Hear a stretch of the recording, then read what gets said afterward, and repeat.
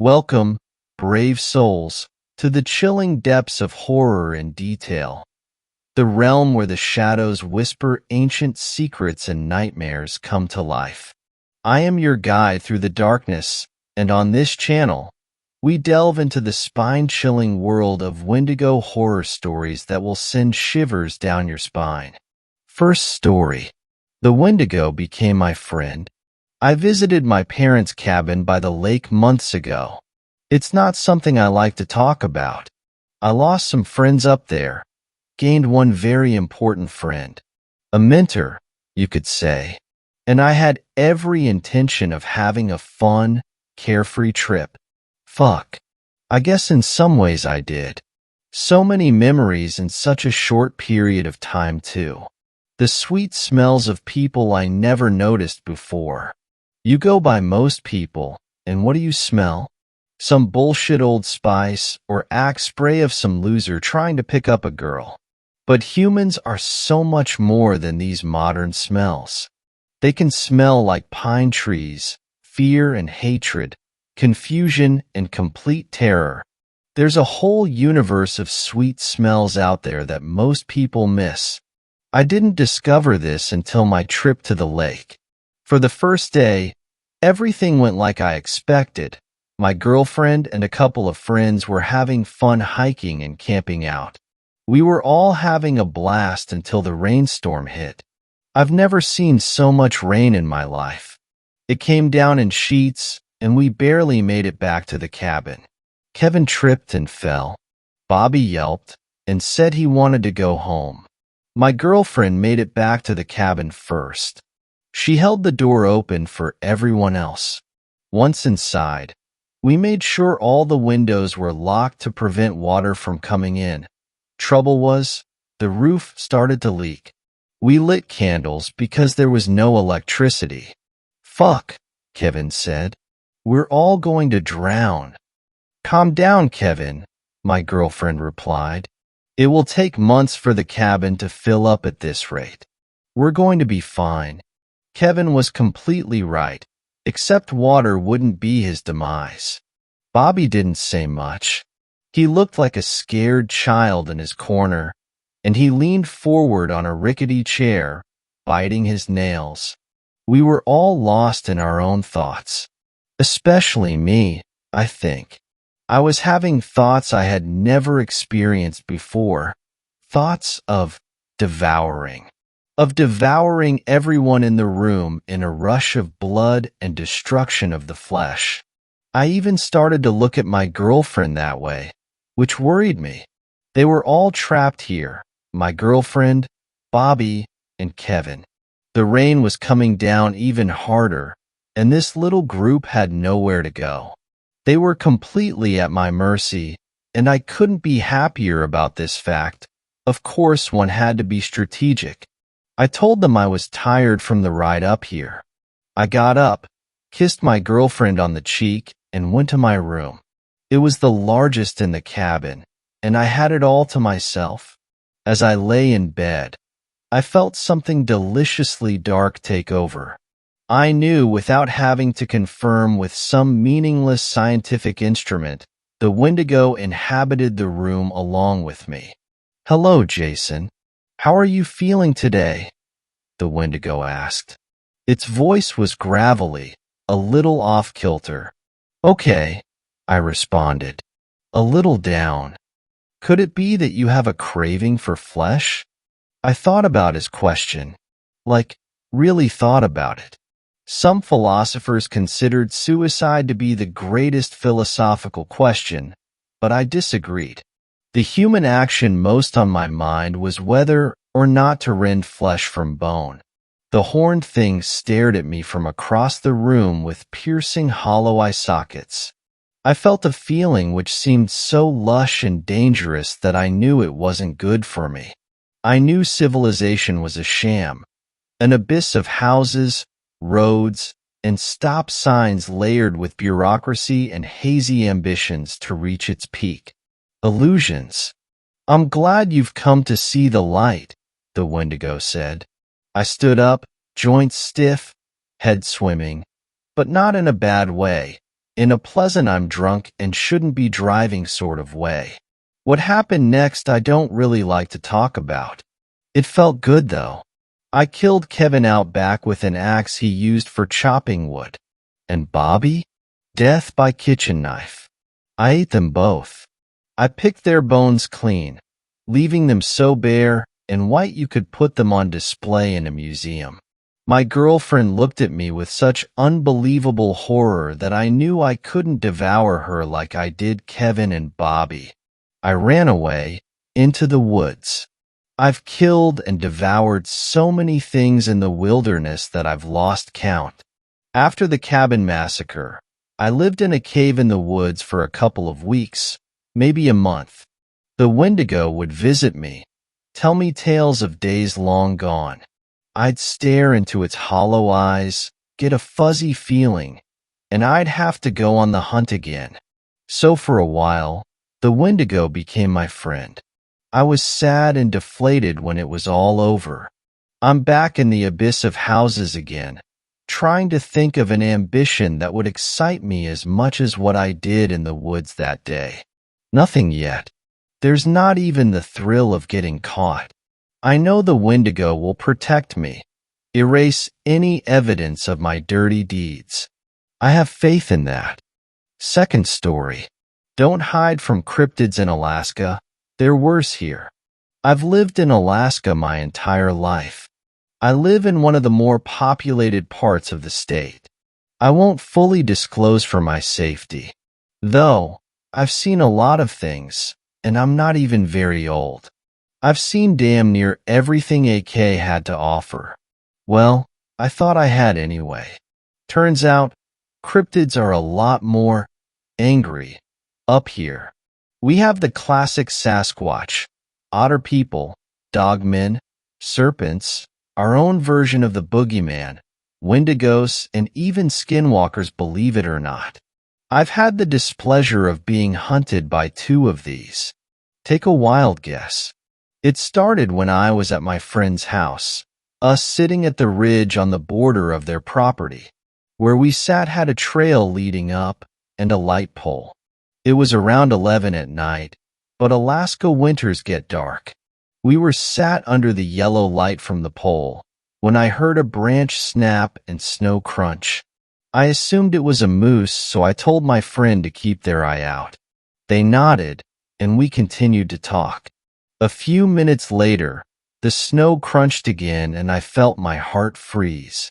Now I'm a pretty paranoid person, but this was well before it had really taken effect. I'm still unsure which of the two cryptids it was, but it had infrasound. Infrasound is something big cats and other predators use to activate a prey's fight or flight, usually ending up in the prey freezing. According to whatever the predator was, I was its next meal. I grabbed my friend by the hood when I stood up and ran down the trail, pulling them along with me. They groaned in protest and confusion until I told them something was wrong. We ended up going inside that night, and I didn't get a wink of sleep. I was too afraid of what was waiting outside. Fast forward to a few months later, it was July. I was sat with my window open and writing on my computer. I was home alone as I often am, but that didn't bother me. As I typed on my laptop, I felt something strange. That intense feeling of being watched. I tried to ignore it, but it overtook my body. I looked out the window to the edge of my driveway, next to the pond, and there it stood. A pale gray, malnourished, disgusting-looking creature. Sunken in eyes, slightly protruding teeth, and on all fours nonetheless. Though, this creature had a human-like body, aside from the twisted appendages. I froze in my spot when it caught my eye. I shoved my computer away from me and got up to crank in my window. Once my window started moving, so did it, inching closer to my home with lanky, broken-looking legs. I wound my window up enough, flipped the lock, and pulled down my curtain. That was the first night I had ever spent cowering in my bathtub with a pocket knife and a blanket. I hadn't seen the creature again until later in the year, winter. I was taking the garbage down to the end of my driveway when I heard the inhuman growling. It sounded like a dog had smoked 20 packs a day and tried to growl at me. I wasn't taking any chances and sprinted up to my porch, slamming open my door and locking every lock. My mom looked mortified, as was I. This happened on a few separate occasions, but this wasn't even all of it. I would walk to the bus stop in the mornings, so obviously this could be an issue. One morning, my cat, Fergus, had followed me down to the bus stop. I was petting him as I stood next to a stop sign. Now, Fergus is the sweetest cat I have ever met. He didn't bat an eye at dogs, moose, other cats, nothing. He was a badass and a sweetheart in one cat. Imagine my surprise when he spun around, arched his back, and started hissing and spluttering. I was horrified. This beefed-up Maine Coon cat was hissing into the darkness at 6 in the morning. Thankfully, the bus had come to my aid and I got on immediately. Fergus passed away recently, so I'm a little nervous about not having that warning next time. Now, these next few experiences all happened in the span of a week. It started with me sitting in my living room watching some show when I heard something on the porch. This was before I had a security system, so I couldn't really see it. There's a small, obscure window at the top of my door, but I'm just shy of tall enough to see out it, so I had to go by sound. I slowly crept around my house, making sure each door and window was locked up. I hurried my dog into my parents' room and into the bathroom. He likes hiding in the shower, so he didn't really mind. Though, when he started snarling, which he never does, I almost started sobbing. The layout of my parents' room is you walk in. There's their bed, 2 windows on either side of the bed, and the bathroom next to one of the windows. My mom put the spare mattress we had up in front of that window. I hadn't locked it. I frantically dialed up my mom's number and called her quietly while hugging my dog. I was crying. She ended up coming home a few minutes later. When she went to get me out of her bathroom, there were scratch marks on the wall. Something had tried to get in. This was when my paranoia spell started. I would frequently have episodes of pure irrational fear, usually ending in me sleeping in my bathroom. A few times, like this one, it was warranted. I was once again sitting in my living room watching a show when I heard something in the carport. The wall behind me was the one connecting to said carport. I got up, walked closer to the TV, and turned it down, listening to each thudding step of the thing outside.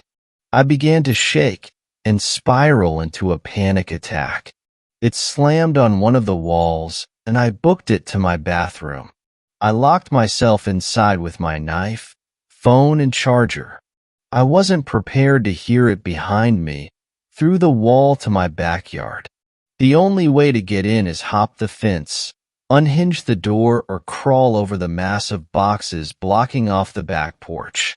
I didn't care which it had done, but I was mortified nonetheless. This thing had definitely known where I was in the house.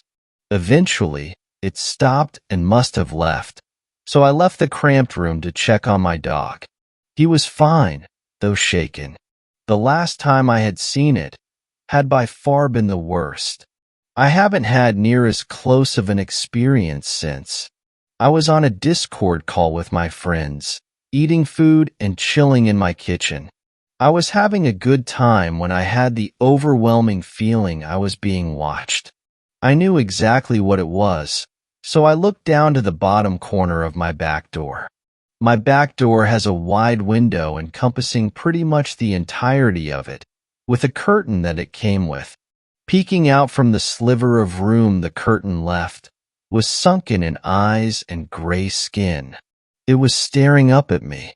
I grabbed my phone and ran to the bathroom for safety once more. After not hearing it for a while and having my friends calm me down, I went to my room. I knew the window was locked and closed. I felt a little bit safer there. Boy, was I wrong.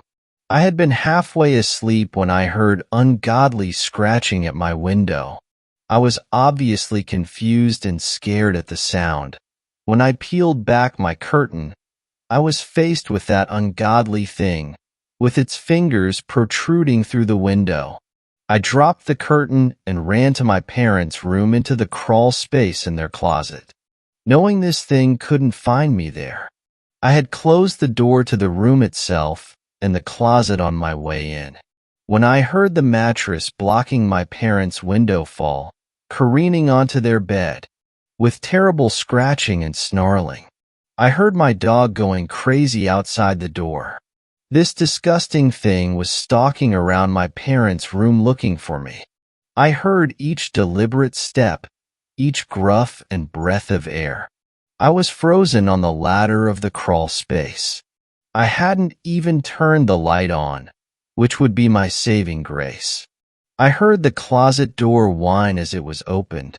This thing could open doors. It sniffed around my parents' clothes. I heard it step on the slab of wood, keeping me hidden. I don't know how it didn't find me. Maybe it was the smell of the carpet, but it eventually booked it and left. I stayed down there almost the entirety of the night until I heard my mom come home. That was the last time she left me home alone late at night, especially during winter. Third story. Have you tasted human flesh? I was 14 years old when I first met the Wendigo. The Algonquin-based Native American tribes believed Wendigos were, indeed, people. It is commonly known that the Wendigo is a human that has consumed human flesh. However, it is not commonly known that the act of cannibalism was considered to make a person vulnerable to an evil spirit, allowing them to be possessed and become a Wendigo. A mental illness is even named after it. Wendigo piscosis is the need to consume human flesh as food. While some consider it to be made up, there is evidence to suggest its existence. A man called Swift Runner in the 1800s killed and devoured his family, despite the fact that he was 25 miles from food. More recently, in 1981, Issei Sagawa killed and consumed a woman, driven by desire, curiosity, maybe something more. The Wendigo legend is considered nothing more than a spook story. After all, the Wendigo is now only a scary monster, as detached from us as vampires or werewolves. After all, there is no one that is truly starving in the beautiful, gluttonous United States. Why would we fear consuming each other? We whet our appetites on gleaming, luscious meals day after day. In the dead of winter, surrounded by ice and snow and the howling of the wolves, we have our heating systems to keep us warm. But the Wendigo came to me that day, but not how I would expect. No, he did not lumber out of the woods, 20 feet tall and ghastly thin, supporting heavy antlers and a mouthful of ravenous teeth. He appeared to me, in the mirror, as myself. Because, at the heart of it, all monsters come from people, one way or the other. I stood in front of the mirror. I was plump with full cheeks then, almost pretty. He spoke to me with my own mouth, with my own voice. But my eyes were not my own. There was darkness. Gears of shadow clicked and rolled behind my irises. Have you ever tasted something worth the price? I was startled, of course. Who wouldn't be? I did not know what he was.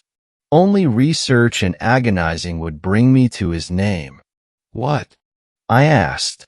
I feared insanity, maybe. What I had just said seemed to come from outside of me. Have you ever chased down your prey? He told me. Sunk your teeth into the body? Consumed their flesh? every molecule? I was scared, of course, but what the Wendigo offered was almost intriguing. Perhaps they only come to those they know will be receptive to their call. No, I haven't, I told the mirror, and watched the spirit go back behind my eyes. You grow fat on food not worth the boxes that contains it, but flesh, when you eat it alive. It is not only flesh, it is power, sweet and thick, the best meal you will ever eat. He left me then. I cried. Yes, you may mock me, but I cried. I was a weak little girl then, but the Wendigo was not wrong. What he offered me, what he offered my soft little body, was power, and power was a banquet compared to everything I had ever eaten. After months of thought, I decided to accept him. There were growing pains. I will not dispute that. I laid in bed. The Wendigo raged inside of me, growling, roaring, screaming. Pain racked my body for days on end, like a storm of ice raging inside of me. He was forgiving but not kind. He consumed my own flesh in place of what I did not eat. Chunks of it came off, leaving only clean bone behind. 2 weeks later, I awoke hungry. It was dark. I checked the clock. It was around 3:30 a.m. It was much too early for my parents to be awake, so I snuck out of bed. Once, I might have feared shadows, scary men in hockey masks peering around corners. But the Wendigo inside me assured that I would be the biggest threat in any room. There are benefits as well as costs to becoming a monster. I went into the kitchen, and I consumed. I ate everything I could reach. My teeth, which seemed sharper than usual, tore into packages and bags. I ate chips and cookies and candy. Wrappers and packages fell to the floor. I ate half a container of ice cream. I ate handfuls of potato salad. I tore open a container of raw beef for burgers and gorged myself on it. After I was done, I carefully cleaned up the mess and went back to my room. My stomach stuck out. Grotesque. Unnatural. I looked several months pregnant. I stared at myself in the darkness. My eyes were colorless in the low light. My hair hung like curtains around my face. Was it an illusion, or was I taller? Was it an illusion, or were my cheekbones sharper, teeth larger? Why would you eat that garbage? The Wendigo howled at me in my own voice.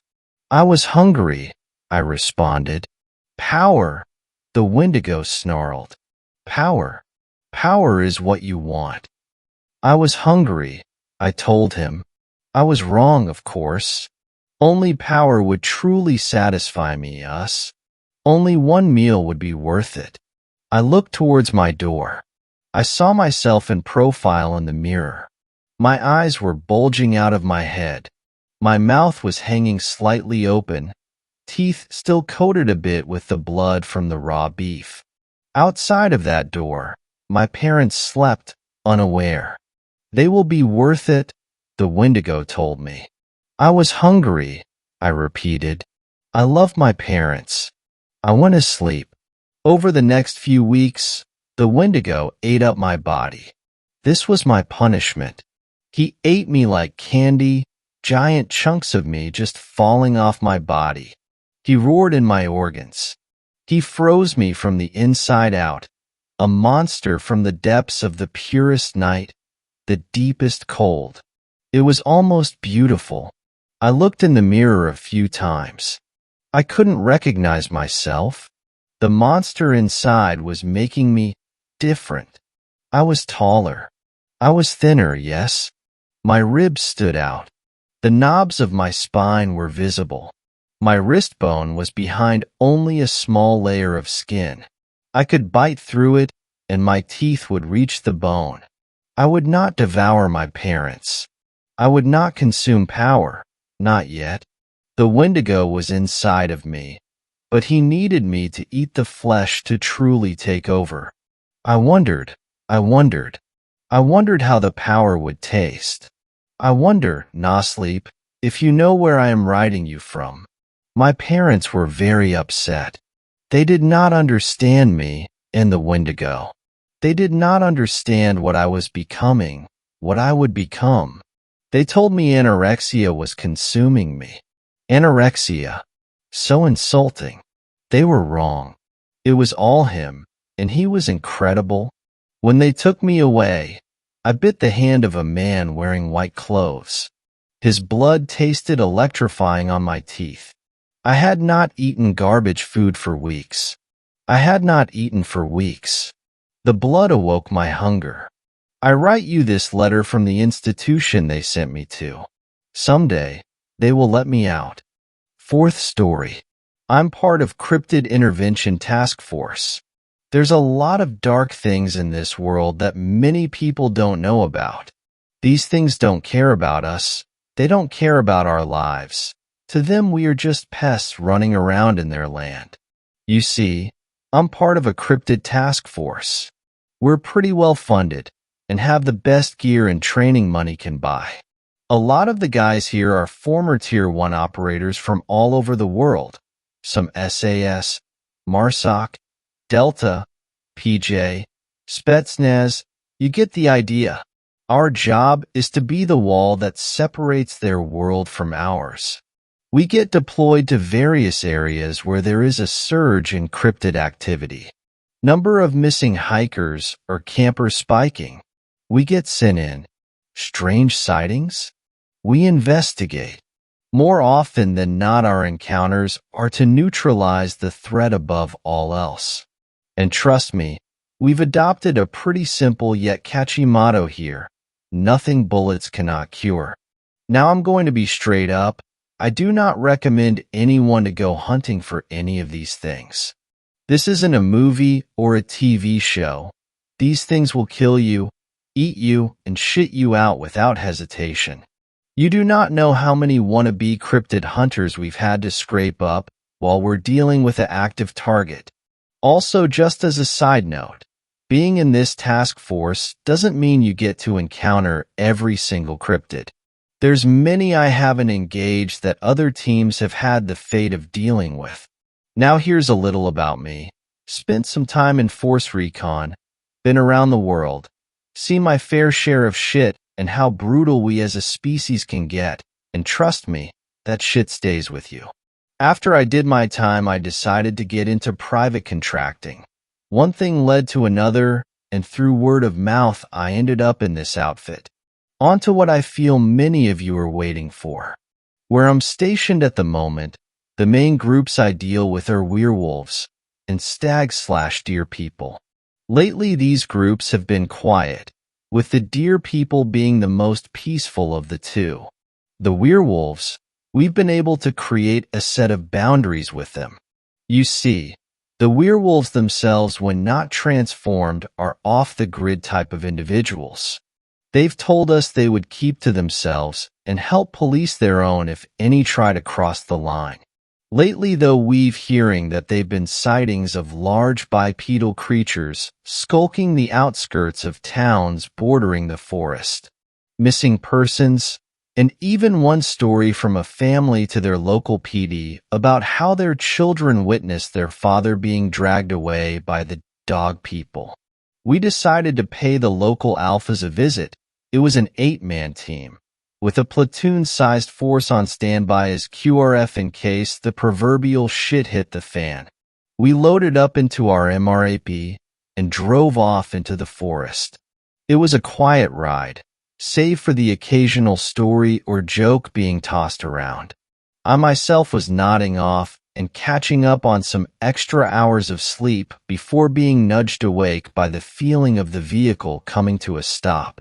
The hatch opened and we all moved out and set up a perimeter. We were in front of a makeshift shanty town made out of abandoned RVs and mobile homes. As we approached them, we spotted movement through one of the windows. Our CO told us to stand down and walked forward with his hands up. He only took 10 steps before a man built like Arnold Schwarzenegger from Predator stepped out from one of the mobile homes. The hairs on the back of my neck stood up, and my grip on my weapon tightened. The air was filled with tension as we watched as our commanding officer looked up at this giant, then laughed. The man laughed as well, and they embraced each other with a firm handshake, with an audible, "How have you been, you bastard?" being heard. I relaxed a bit, as did the rest of the team. The man beckoned us all closer, with our CO nodding that it was all clear. We found out that apparently there has been a pack of younger werewolves running about, causing havoc and disturbing the peace of the general area and trying to gain strength, which connects them to a string of missing individuals. We reported back to base, and we along with 3 other teams were tasked with a SAR op deep into the pack's territory. Our secondary objective was to subdue or neutralize the younger pack. To be honest, I was hoping to talk these guys down, but knowing that this pack was filled with hot heads trying to make a name for themselves as the new big bad on the block, I doubt we were going to be able to. At 1,745 hours, we moved out, pushing past the boundaries placed by the treaty some years ago. It was unnerving to say the least. Don't get me wrong, we are all solid guys, each seeing our share of chaos and brutality that would swallow the soul of a regular individual. But this wasn't storming an insurgent stronghold or securing a VIP. One wrong move and the entire op could go tits up and a lot of good men would die. That's when our vehicle got hit.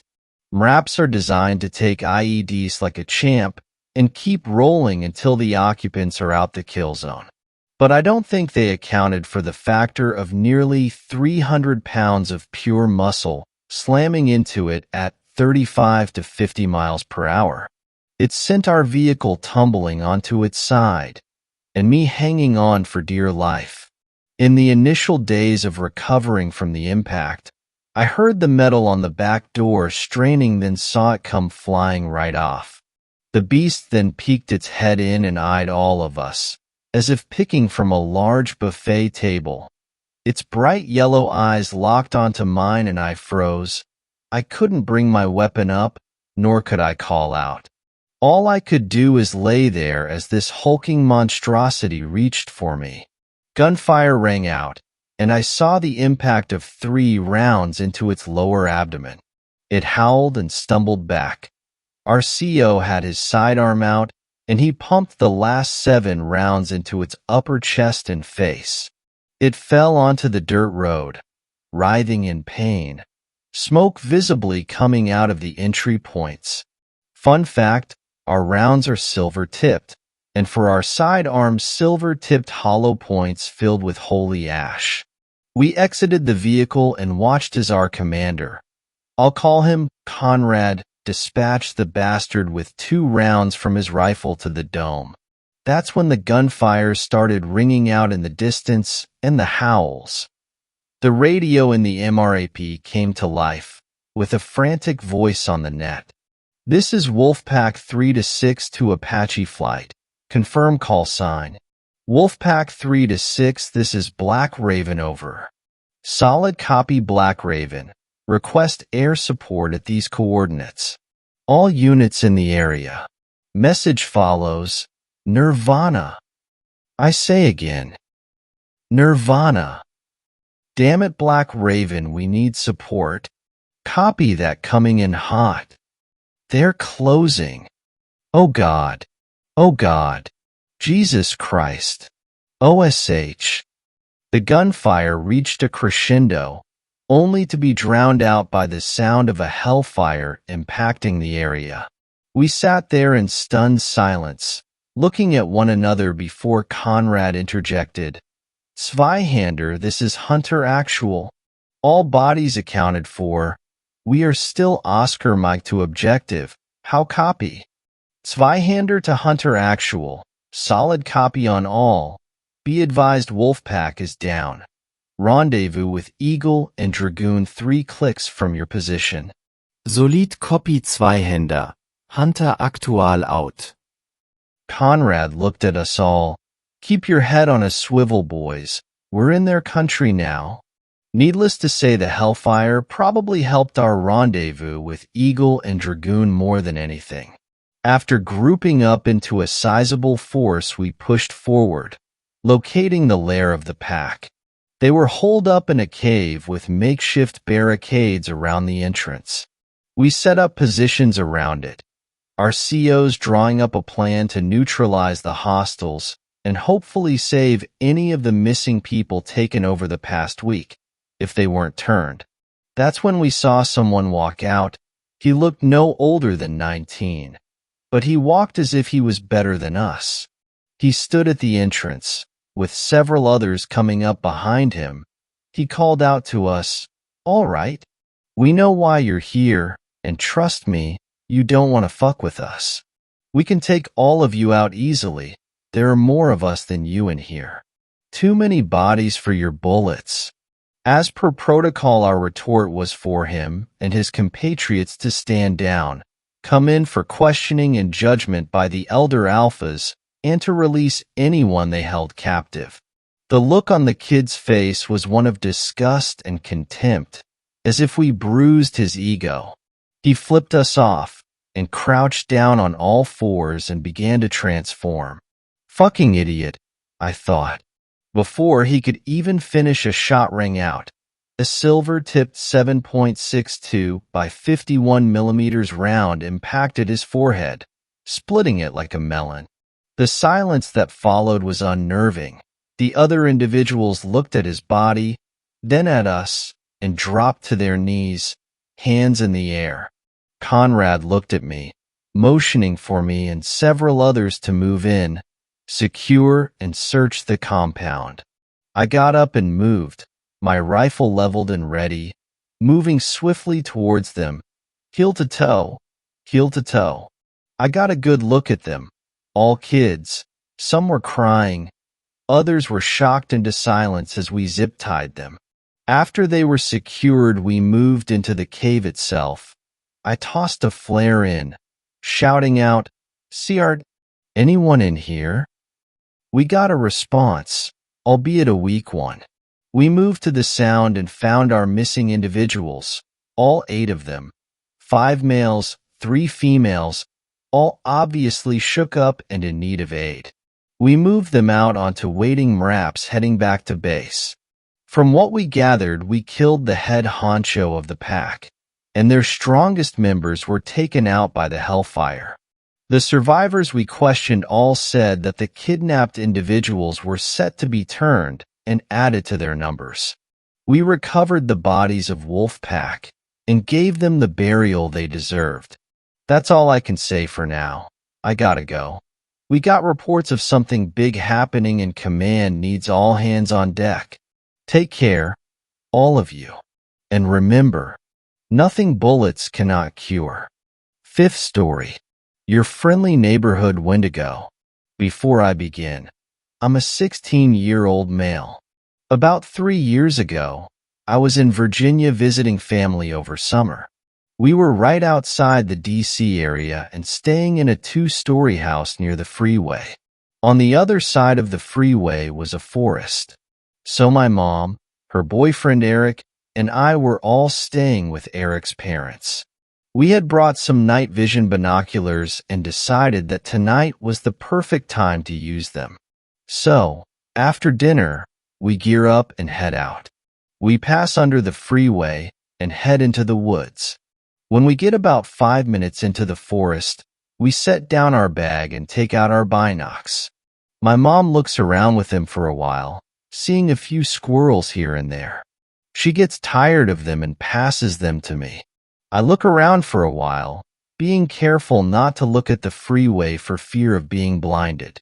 I spot something behind a tree about 50 feet to our left. I concentrate on it, trying to figure out what it is.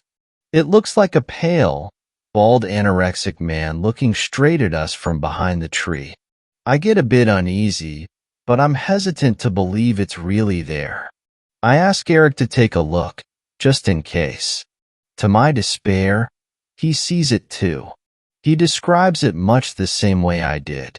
Now, Eric is a former amateur boxer and I train MMA almost every day, but neither one of us wants to stick around with that thing. We start heading back to the house, crossing under the freeway. We take another look behind us as a car comes by. All three of us see glowing eyes lit up by the headlights on the other side of the freeway. We say fuck that and head back to the house. When we get back, Eric's parents are asleep and my mom and Eric go upstairs to the guest room. There's only one guest room, so I have the couch downstairs. I'm a little too excited after seeing the thing in the woods, so I end up staying up all night. Around 3 a.m., I'm watching TV and start hearing footsteps above me. I immediately remember our earlier encounter and panic a little. I try to calm down and tell myself it's just one of the dogs, or maybe someone who couldn't sleep. I keep hearing the footsteps for a while, until I hear a doorknob jiggle. I find it weird that they're trying to open a locked door, but try to ignore it. They stop, walk around for a few more minutes, and then it's quiet again. I stay up until the sun starts coming up and then pass out. My mom wakes me up and I remember the footsteps from the night before. I describe what happened and ask if one of them got up at any time. She says no, and I think it must have been one of the dogs. That is, until she tells me the room above me is the office. No one was in the office and the door stays locked at night. My heart sinks as I piece it all together. I don't know if it was that thing for sure, but I think it was. I've done a lot of research since then, trying to figure out what that thing was that night. I found two creatures that seemed to match it. I think it was either a skinwalker or Wendigo. Whichever one it was, I'm just thankful that door was locked. I know I wouldn't be able to fight that thing no matter how tough I am. 6th story. We don't talk to the thing in the woods.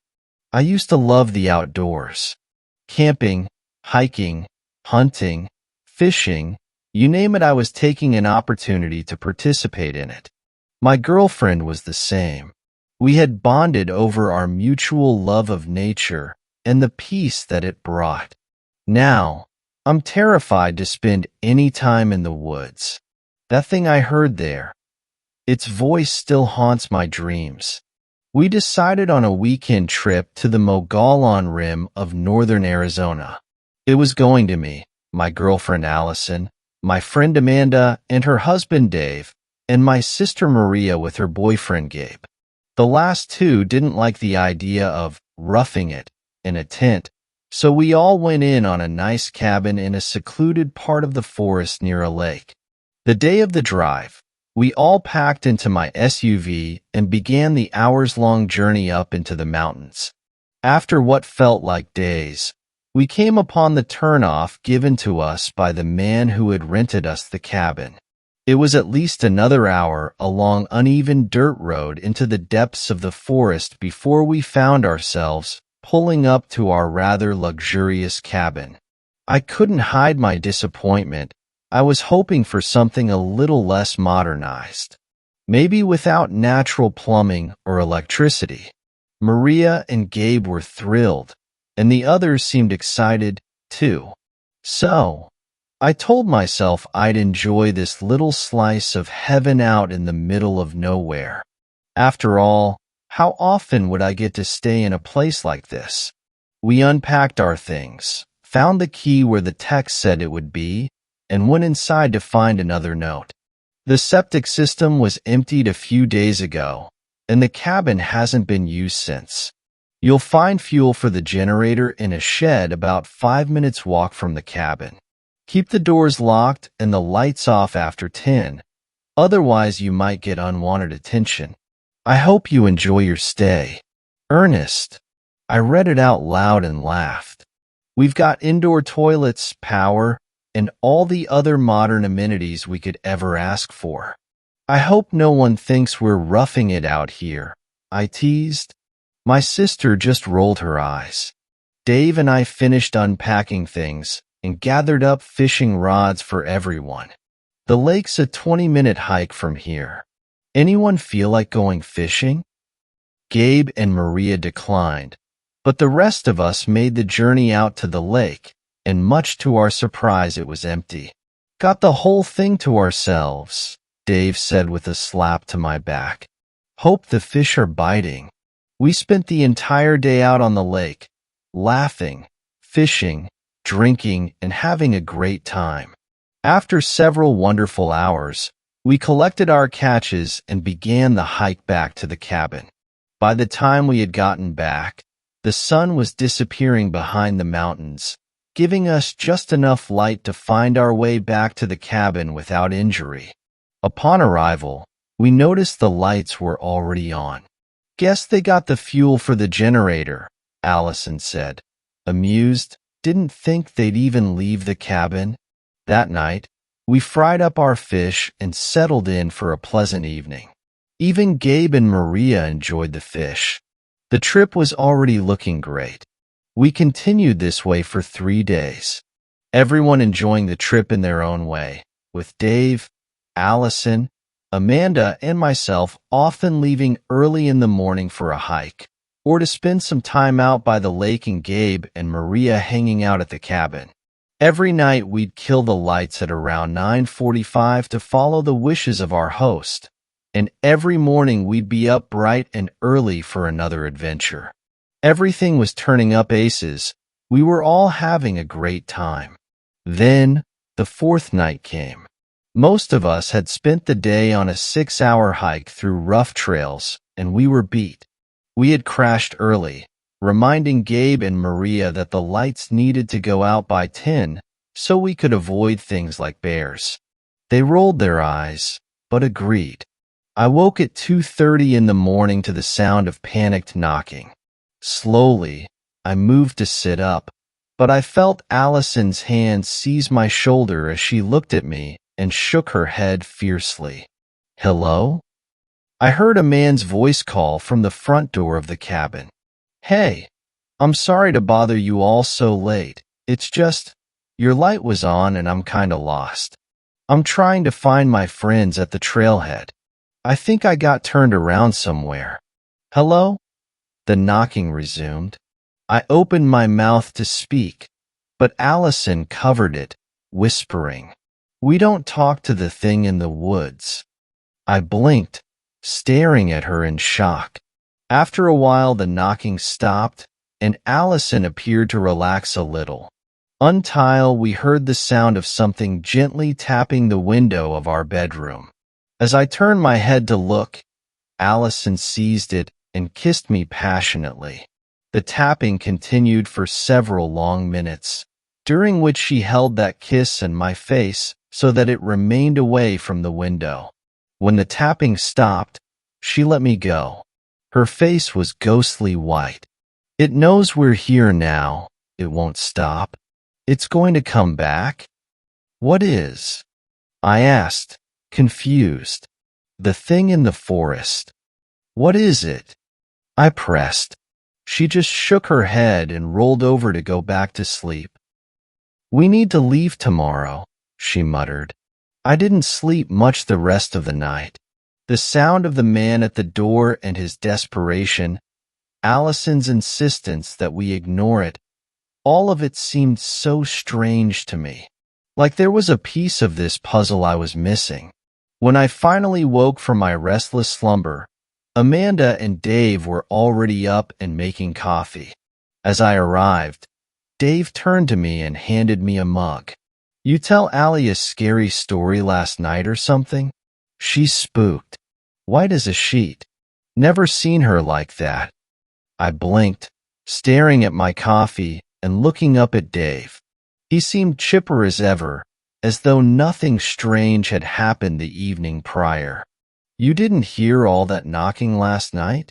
The guy who got lost? I asked, baffled. Nah, Mandy and I were out like lights. Must have slept well past dawn, too. Man, that hike took a lot out of us. We were thinking of taking it easy tonight, you know? Maybe just head out to the lake and spend some time together. I nodded, looking back down at my cup. Allie said she wants to go home. I murmured, "Well, that's no good." Amanda called from behind. I just got done talking to her. She said you guys had a bit of a fright last night, that there was a bear or something trying to get in, or something. I replied, shaking my head. Look, I think it's a good idea. We should head back into town, maybe just go home. Dave frowned. We paid a lot of money to stay here for a week, man. We've only stayed 4 nights. Can we at least stay one more so it feels like we gained something? I know you've got the car and all, but I think maybe Allie just got spooked. We shouldn't rush to leave. I sighed. There was no way I was convincing these two to leave, but maybe Maria and Gabe would be willing to listen. Just because your little girlfriend had a bad dream doesn't mean we should all pack up and run away. Maria stated flatly, "We're having a great time out here." When I found Allison, she was still very shaken. Her eyes locked in the middle distance, staring deep into the tree-line at something that wasn't there. "Hey," I murmured, causing her to jump. "Sorry, can we talk?" She turned to face me full on. "No one wants to leave, do they? They all believe it's nothing, that I'm overreacting to a bear or something." I nodded, and she sighed dejectedly, finding a seat on one of the chairs on the porch. "I'm not crazy," she said darkly. "I've heard about this thing. My granddad and dad used to me stories about the thing in the forest. They told me to never say anything to it, never acknowledge it or look at it, because if I did and it recognized me, it would take me away. It would take me away and steal everything about me." She shivered. The way they told the stories, it was like they had seen something like that happen. She looked to me, tears forming in her eyes. "Remember how I told you my dad died when I was young? That he was mauled by a bear?" I nodded. "He wasn't. That thing got him. It got him and took everything that made my dad himself away. It left only what it didn't need." I blinked as she told me this story. "How do you know that? How can you be sure it wasn't a bear or something?" I pressed. "Because I heard him. The night after the search teams found what was left of him. I heard my dad calling to us. We all did," she whispered. "And my grandpa held me close, and he told me we don't talk to the thing in the woods. We need to leave," she stated again. "We can't stay here." I sighed, nodding. "How about I get us a motel back in town? It's only a 3-hour drive, and I can come back for the others tomorrow." She shook her head desperately. "They won't be here tomorrow, don't you see? It's going to take them, they won't listen." "Allie, look, I get what you're saying. You're scared, and it sounds like whatever happened was very traumatic. I can take you away from here, but I can't just force the others to leave, too." She nodded in defeat and looked to me. "I'll stay tonight, but I want you to stay with me, and I want you to listen to everything I tell you." I offered a reassuring nod and took her hand. "You have my word." We spent the day at the cabin. Allison spent time reinforcing the bedroom door with planks of wood, much to the amusement of everyone else. I followed along with her, providing her whatever help I could, and by the time night fell, our room was a veritable fortress. "Don't talk to the thing in the woods," she told everyone before we killed the lights and went to bed. 2:30 a.m. The door thundered with desperate knocking. "Hello? Please. I need help. Hello. Come on. I know you're in there. I saw the car outside. Please." The knocking rattled the front windows of the house. "The fuck?" I heard Gabe scream. I heard him stomping toward the door. I rose to help, to stop, to do something, but Allison kept an iron grip on my shoulder, shaking her head fervently. "Hello? Is someone there? I heard a voice. Please. It was a different voice, feminine this time. Yeah, I'm coming. How the hell did you people find this place anyway? I heard the door unlock and fly open. You left the light on for me. The I heard Gabe cry out, but it was cut short. There were pained gurgles, the sounds of flesh being torn into. Then I heard Maria scream in terror. There was a crash, as if something massive had collided with the furniture in the living room of the cabin. Help me. Oh my God. Gabe. It got him. Help. Don't run so fast, Maria. I heard Gabe's voice call out. I can barely keep up. What? I think she stopped running, because all I heard was a scream. There was a click and a loud bang. Dave had brought his hunting rifle with him. I heard a shriek, inhuman and unearthly. Another bang, followed by another shriek. I don't know what the hell you are, but you aren't leaving alive. Another shot. Why not? We could all be friends here. Maria's voice chided. Silly boy, silly boy. Bang. Silly boy, Gabe's voice mocked. The gunshots stopped. I heard a grunt and cry of pain. Then I heard Amanda. Dave. Oh my God. A crash. Then the house fell eerily silent. Allison clenched my shoulder like a vice. Footsteps resounded, heavy and purposeful. There was a knock at our door. Hey man, we're ready to go. I heard Dave's voice call out before another knock resounded. Come on, silly. Maria called. It's early enough for us to get a head start on the day, exclaimed Amanda. This thing was using my friends' voices. I felt the bile creep into my throat. I could barely choke back vomiting as Allison looked desperately at me. Allie, baby girl, why don't you be a good little ranger and open the door for Daddy, eh? I've got so many things to show you. The color in her face drained completely. I stared at the door in horror as the voice continued. Daddy doesn't like all this hide and seek. I'm gonna come in. The knocking went from gentle to furious, violent banging. I saw the wood begin to splinter between the planks reinforcing it. Allison looked me dead in the face. We don't talk to the thing in the woods, she murmured. Understand? I nodded. The door exploded and Allie threw the covers over our heads, shielding us from the brunt of the splintering door. Then the calm befell everything again. I could hear it more clearly now. Every step it took sounded like the creaking of ancient branches. Where are you, baby? Talk to Daddy. The thing called as it moved deeper into the room. Suddenly, I felt a pressure on the bed. Powerful, spindly branch-like objects wrapped around my form. What's this? Anything to say? Dave's voice cooed. I felt a sharp, stinging pain in my thigh, and as I glanced down, what looked like a collection of gnarled branches woven together to form a claw was driving itself deep into flesh. Allison's hand shot over my mouth. I wanted to scream out in agony, but I bit my tongue. I bit so hard the coppery taste of blood flooded my senses. The world was spinning. The pain was excruciating. No crying, no pain. Something raked across my back.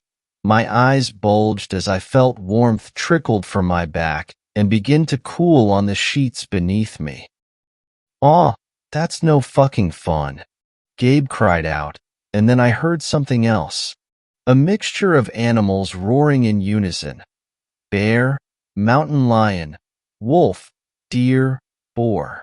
It was a cacophony of beasts, and they were pissed. I heard slamming against the shelves, with splintering and glass shattering. Nothing. Nothing? Many voices cried in unison. Talk to me.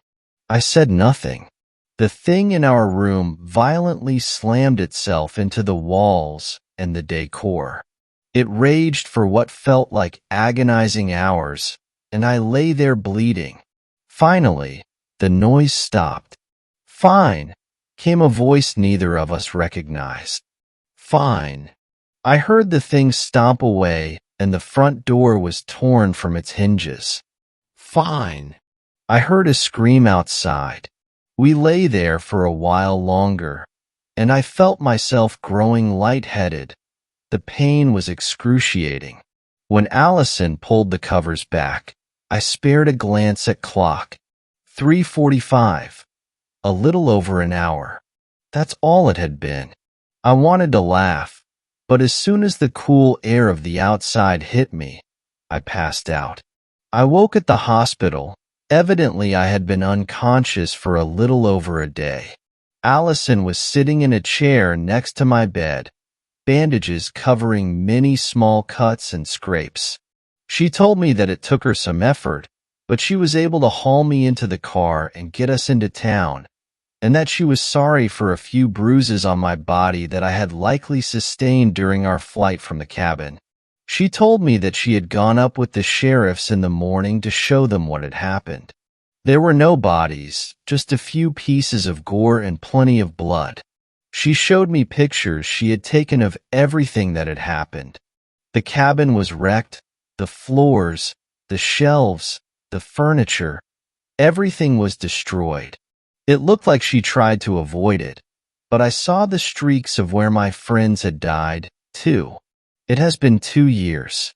I haven't gone into the woods, or camping, or fishing since then. Allison and I are married now. I guess a shared trauma like that brought us together. We stay in the desert now, away from the trees, but there have been some nights where I swear I could hear Dave calling for me. Allie assured me that it was just bad dreams, that it didn't come down from the woods, but it didn't help to ease my fears. If this doesn't convince anyone to avoid the woods, then I have only one piece of advice. We don't talk to the thing in the woods.